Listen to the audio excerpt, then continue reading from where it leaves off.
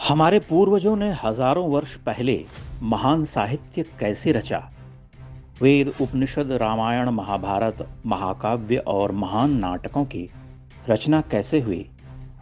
क्या उन महाकाव्यों की रचना भी वैसे ही हुई जैसे आजकल के ब्लॉगर हमारे प्राचीन मंदिरों को देखकर कहते हैं कि यहाँ तो लेजर टेक्नोलॉजी का इस्तेमाल हुआ है। या फिर एलियंस ऊपर से उतरकर साहित्य लिखकर चले गए थे, या आज के सबसे आधुनिक लैपटॉप पर वे साहित्य छापे गए थे। सरल सी बात है कि वे साधक थे, गहनता से सोचते विचारते थे। उनका ज्ञान उथला नहीं था, उन्होंने उत्कट ताप और श्रम से साहित्य रचा। मेधा तो विलक्षण थी ही, अंतर्दृष्टि भी तीक्ष्ण थी। जीवन को देखने समझने की स्वस्थ दृष्टि थी। ठीक उसी तरह हमारे कलावंत भी साधक ही थे। एक बार सच्चिदानंद हीरानंद वात्स्यायन अज्ञेय की असाध्य वीणा कविता पढ़िए, आपको समझ में आएगी यह बात कि साधना क्या है। कैसे कोई स्वयं को सौंप देता है उस कर्म को जिसे हम आज साधक से अलग करके देखते हैं। गाने वाला जब अपनी अवस्था भूल जाता है तब गायक नहीं रह जाता, स्वयं गान हो जाता है। उसी तन्मयता से साहित्य रचे गए और हमारे वे पुराने मंदिर गढ़े गए। जिन मूर्तिकारों ने हमारे मंदिरों को गढ़ा, हजारों लाखों मूर्तियों को रूपाकार दिया, लता पत्र पुष्पों नदियों जीवन की दैनंदिनी को चित्रित किया, वे महान कलाकार थे। उन्होंने शतियों की साधना और परंपरा से वह ज्ञान पाया था। खजुराहो के लक्ष्मण मंदिर के निर्माण के लिए मथुरा से 7,000 मूर्तिकारों को बुलाया गया था। वे मूर्तिकार वर्षों तक मंदिर गढ़ते रहे। हमने अपनी यात्राओं पर इस सत्य को कई बार सामने रखा है कि प्राचीन भारत का समाज आर्थिक रूप से अत्यंत समुन्नत था, इसीलिए वहां कला का श्रेष्ठ निरूपण संभव हो सका।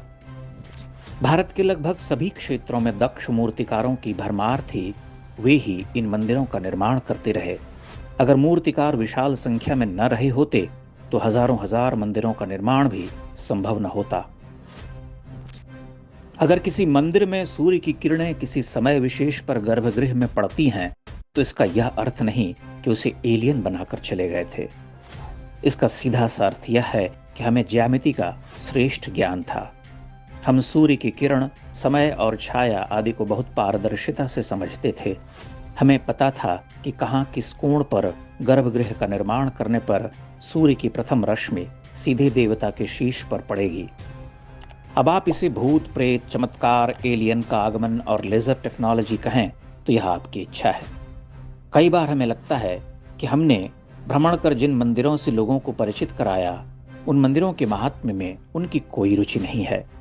उनकी रुचि इस बात में अवश्य है कि मंदिर निर्माता राजपूत थे या गुर्जर या फिर जाट। मंदिर एक रात में बना या भूत उसे बनाकर चले गए। कहाँ लेजर टेक्नोलॉजी लगी है, कहाँ मोबाइल फोन का प्रयोग हुआ था। आश्चर्य यह कि ऐसी ऊटपटांग बातें करने वाले लोग बहुत लोकप्रिय हैं। ध्यान से देखें और विचारें तो यही लगता है कि हम अपने ही पूर्वजों के तप त्याग, उनकी साधना, उनके गहन दृष्टि, कलाबोध और जिजीविषा का अपमान करते हैं, क्योंकि हमें लगता है कि हमारे स्मारकों में कोई जादू टूना या चमत्कार हुआ था। भला बिना चमत्कार के ऐसा निर्माण संभव है?